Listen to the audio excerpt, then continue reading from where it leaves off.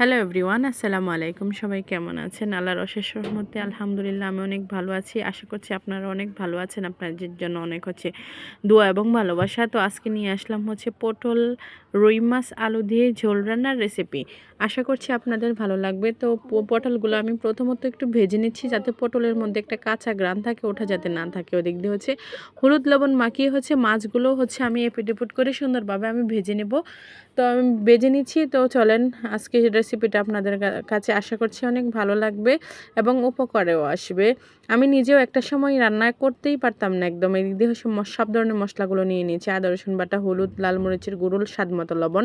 তো এখন একটু পরিমাণ মতো তেল আর এবং এখানে পেঁয়াজ কুচিটা অ্যাড করে নিয়েছি। পেঁয়াজ কুচিটা হাতের সময় নিয়ে 2 মিনিট একটু ভেজেছে, যে তারপর একটু বাদামি কালার করে নেব। যে বাদামি কালারটা আমি করে নিয়েছি। তো ফিরে আসলাম 2 মিনিট পর আবার। এখন এখানে আদা রসুন বাটাটা অ্যাড করে নেব। আদা রসুন বাটাটা 30 সেকেন্ডের মতো একটু ভেজেছে, যে তারপর সব ধরনের মশলাগুলো এখানে অ্যাড করে নেব। আমি সব ধরনের মশলাগুলো এখানে অ্যাড করেই তারপর একটু নেড়ে ছেড়ে পানি দিয়ে দেব। পানির অপর নাম জীবন। কেউ যদি আপনাদের কারো কাছে পানি চায়, অবশ্যই পানি রেখে দেবেন। মানে মনে রাখবেন, মানুষের উপকারে যদি একদিন আপনি আসেন, সেটা মানুষ মুখে না বলুক, না স্বীকার করুক, উপরওয়ালা কিন্তু ঠিকই দেখবে আপনি কার জন্য কি করেছেন। তো যাই হোক, এদিক দিয়ে মশলাটা আমি ভালোভাবে একদম সুন্দরভাবে কষিয়ে নিয়েছি। কত সুন্দরভাবে দেখেন, আমি হাতের সময় নিয়ে 2-3 মিনিটের মতো দাঁড়িয়ে তারপর যে মশলাটা কষিয়ে নিয়েছি। এখন আমার কাছে মনে হচ্ছে মশলাটা কষানো হয়ে গেছে। এখন আমি সবজিগুলো আমি কড়ার মধ্যে একদম সুন্দরভাবে আমি ঢেলে দিয়েছি।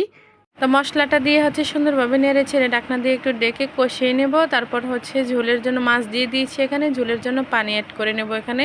তো ঝোলের জন্য পরিমাণ মতো আপনারা যতটুকু পানি খান, অনেকে ঝোল অনেক পাতলা খায়, একটু ঘন খায়। তো আমরা একটু ঘনত্ব করেই খাই, যাতে টেস্টটা ভালো হয়। তো লাস্টে একটু জিরে গুঁড়ো দিয়ে দেবো। জিরে গুঁড়ো দিয়ে তরকারি আমার হয়ে যাবে।